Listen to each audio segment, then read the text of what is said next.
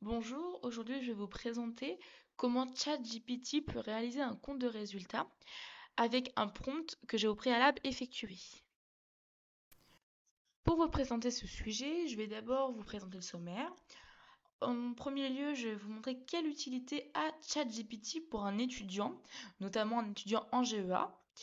Ensuite, je vais vous présenter le projet ChatGPT que j'ai réalisé avec le prompt notamment. Et ensuite, je vous montrerai l'exemple que j'ai pu effectuer avec des données aléatoires. Pour ma première partie, qui est vous montrer l'utilité de ChatGPT pour un étudiant, je peux le résumer en 3 mots. Comprendre, rapidité, apprendre.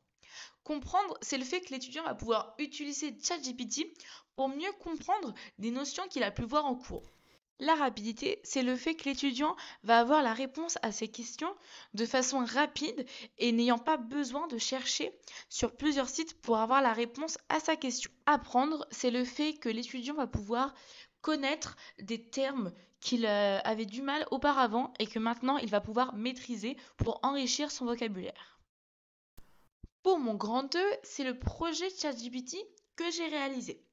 J'ai tout d'abord, au début de mon prompt, poser le contexte en lui expliquant que ChatGPT était un expert comptable qui devait réaliser un compte de résultat d'un niveau étudiant en BUT-GEA et que le compte de résultat devrait être présenté sous forme de tableau pour lui donner les consignes. Ensuite, on passe à la partie plus théorique où je lui ai stipulé ce que j'attendais dans ce tableau. Déjà que le tableau devait avoir 2 colonnes intitulées charges et produits. Je lui ai aussi indiqué qu'il y aurait 3 lignes avec les charges d'exploitation ainsi que les produits, tout comme les charges financières et les produits financiers, mais aussi les charges exceptionnelles et les produits exceptionnels. Pour cela, il devra également mettre les totaux en fin de tableau. Quant à la dernière partie de mon prompt, je lui ai renseigné les informations que l'on peut renseigner pour n'importe quel type. C'est pourquoi elles sont entrecrochées pour préciser que l'on peut les modifier en fonction de l'entreprise. Après cela, je lui ai encore rappelé qu'il doit indiquer le montant des charges et des produits et qu'il doit bien faire tout cela sous forme d'un tableau comme dans un logiciel de traitement de texte pour qu'il y ait bien toute la structure comme on le souhaite. Une fois le prompt réalisé, je l'ai mis dans ChatGPT qui m'a donné au premier abord un aspect initial du tableau que je souhaitais avec les charges d'un côté et les produits de l'autre ainsi que les totaux de chaque. Ce à quoi je m'attendais.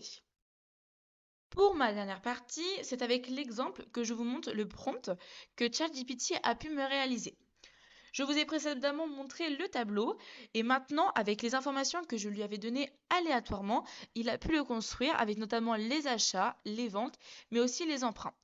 On peut voir également à la fin du tableau le total des charges et le total des produits.